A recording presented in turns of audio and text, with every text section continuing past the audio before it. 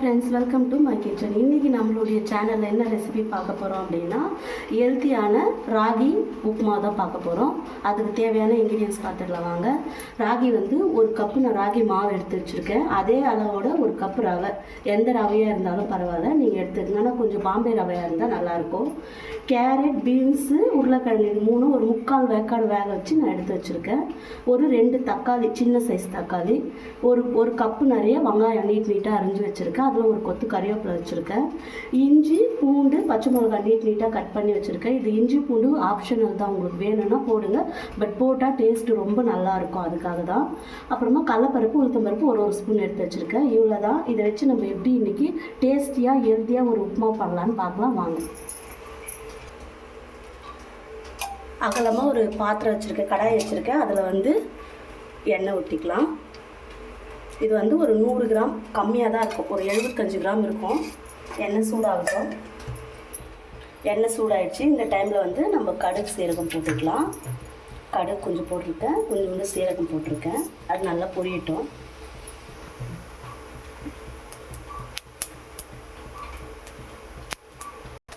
நல்லா பொரிஞ்சு வந்துடுச்சு. இந்த டைமில் உளுத்தம்பருப்பும் கடலைப்பருப்பும் நம்ம ஆட் பண்ணிக்கலாம். இது கொஞ்சம் லைட்டாக சேவக்கட்டும்.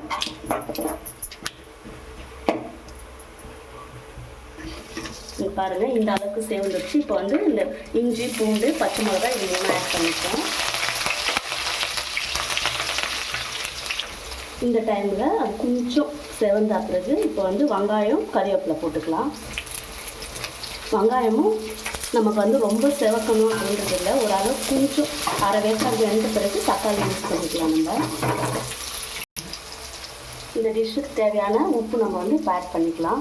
ஏன்னா வெங்காயத்தோடு போடும்போது கொஞ்சம் சீக்கிரமாக வெங்காயம் சேர்க்கும். இந்த அளவுக்கு வதங்கிட்ட பிறகு தக்காளி ஆட் பண்ணிக்கலாம். நம்ம தக்காளி கொஞ்சம் நல்லா வதங்கி வரட்டும்.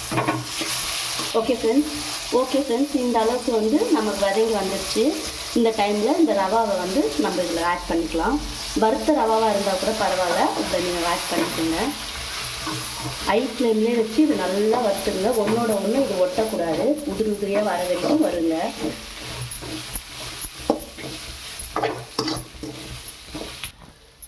ரவா நல்லா இந்த அளவுக்கு வறுத்து வந்துடுச்சு.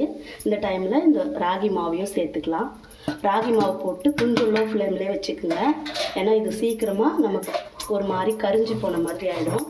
இது போட்டு நல்லா வறுத்து எடுத்துக்கோங்க.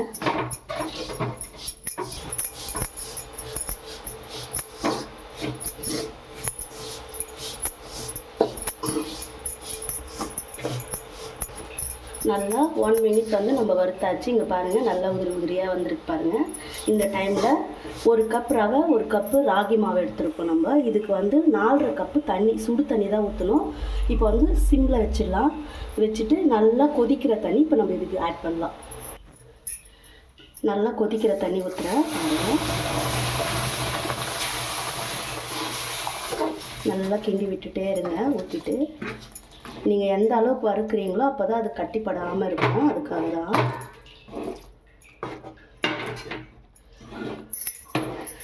நல்லா இதெல்லாம் உடைச்சி விட்டு நல்லா கலரி விட்டுருங்க.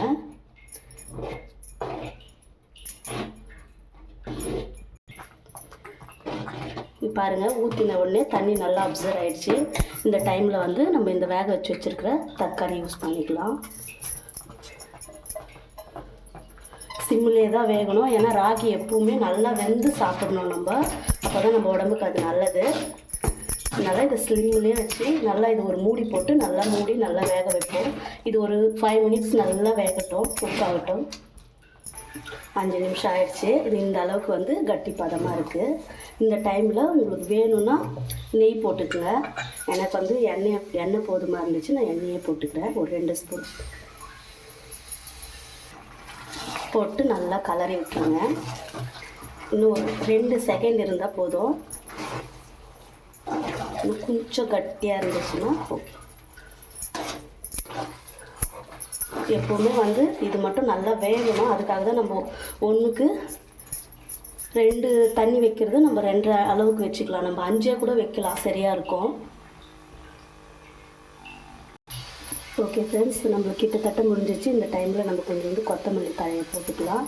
போட்டுட்டு கிளறிட்டு இதை நல்லா அப்படியே இப்போ சர்வ் பண்ணக்கூடாது. நம்ம இதை நல்லா மூடி வச்சுருவோம். ஒரு 2 மினிட்ஸ் இது மூடி அப்படியே அந்த இதுலேயே வேகட்டும். அதுக்கப்புறம் நம்ம எடுத்து பிளேட்டிங் பண்ணிட்டு உங்களுக்கு காமிக்கிறேன். ஓகே ஃப்ரெண்ட்ஸ், இங்கே பாருங்கள், சூப்பரான அட்டகாசமான நமக்கு ராகி உப்புமா ரெடி ஆகிடுச்சு. நான் சொன்ன இதே அளவுகளோட இதே அளவில் போட்டு செய்யுங்க, உங்களுக்கும் இதே மாதிரி வரும். சாப்பிட்டு பாருங்கள், ரொம்பவே சூப்பராக இருக்கும். இது உடம்புக்கும் நம்மளுக்கு ரொம்ப ஹெல்த்தி. ஓகே, இன்றைக்கி நம்ம சேனலில் ஒரு ராகியை வச்சு எப்படி ஹெல்த்தியான ஒரு உப்புமா பண்ணலான்னு பார்த்தோம். இன்னொரு நாளைக்கு இன்னொரு ரெசிபி பார்க்கலாம்.